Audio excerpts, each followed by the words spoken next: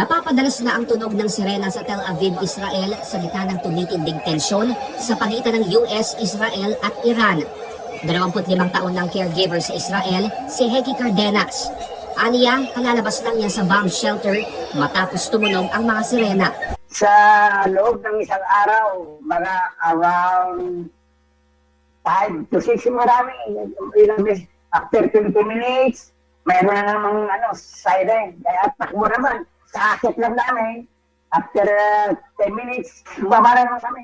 At baba na kami sa danan Kwento pa ni Heki, nababalitaan na rin nila ang repatriation program ng gobyerno para sa mga Pilipinong naiipit sa tensyon sa Middle East para maiuwi sa Pilipinas. Pero giit niya, maraming mga kababayang nag-aalangang umuwi. Ang reason nila, kung uuwi na magparipat, anong mangyayari sa pamilya nila? Lalo kung sila lang ang breadwinner. Kawawa naman.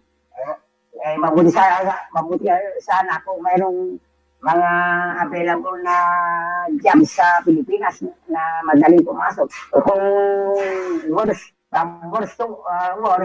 yun, we have no choice kung hindi magparipat. Sa isang panayam, sinabi ni Department of Migrant Workers Secretary Hans Leo Kakdak na may nakatakdang dumating na 37 OFW sa Pilipinas linggo ng gabi.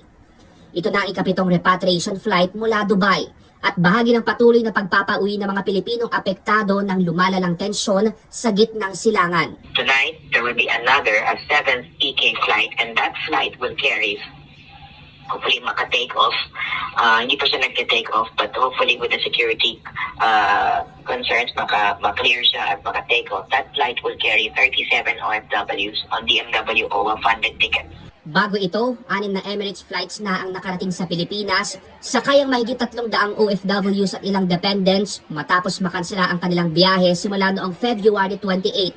Tutok din ngayon ang pamahalaan sa paghahanda ng mga land border evacuation para sa mga OFW sa Israel, Bahrain, Kuwait at Qatar dahil sa limitasyon sa airspace sa rehiyon, habang patuloy ang pagbibigay ng tulong sa mga OFW doon. Bearing in mind na ayaw natin itatawag sila sa MWO para magbigay ng assistance. So we are making an effort to either deliver the assistance to them or kung financial assistance, we are undertaking digital cash transfers. Dagdag naman ng Department of Foreign Affairs, ligtas nang nakaalis sa Amman, Jordan ang 82 sa 113 Pilipinong turistang na stranded doon dahil sa magulong sitwasyon sa rehiyon. Mula sa Queen Alia International Airport, dumaan sila sa mga transit hubs sa Cairo, Egypt, Dubai, UAE, Mumbai, India at Riyadh, Saudi Arabia, bago sumakay ng mga connecting flight pauwi ng Maynila. Tiniyak ng DFA na patuloy na tinutulungan ng Embahada ng Pilipinas sa Amman ang 31 Pilipinong turista na naroon pa rin sa Jordan para masigurong ligtas silang makauuwi sa Pilipinas. Sa kabila nito, pinuna ni Vice President Sara Duterte sa kanyang bagong digital program Ibalik ang Tapang at Malasakit na mabagal ang tugon ng gobyerno para ilikas ang mga OFW mula Middle East. Napakadali magpadala ng eroplano Sa totoo lang. Alam niyo ba nung COVID na panahon, madami ang na-stranded na mga tiga Davao City dito sa Manila. Napakadali. Nagkontrata kami ng commercial airline. Tiniyak naman ni Secretary Kakdak, kumikilos na ang pamahalaan para ligtas na mailikas ang mga Pilipino sa mga lugar na apektado ng kaguluhan sa Middle East. Along those lines are underway, yes. Yes po. So nagpapadala na tayo. Opo. Yes.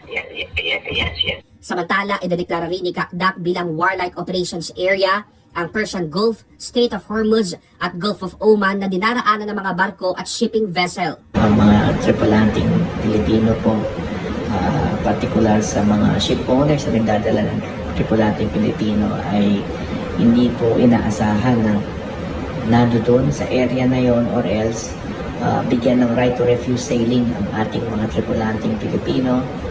At hanggat maaari iwasan itong bahagi ng mundo na ito gawa ng napakadelikado po sa ngayon. Ayon kay Kakdak, nakabatay ang hakbang na ito sa desisyon ng Warlike Operations Area Committee ng International Bargaining Forum. Kung sakali may masawi o magtamo ng disability ang Pilipinong tripulante, maaaring makatanggap ng pamilya ng seafarer ng doble ng halaga ng kinikita nito sa trabaho.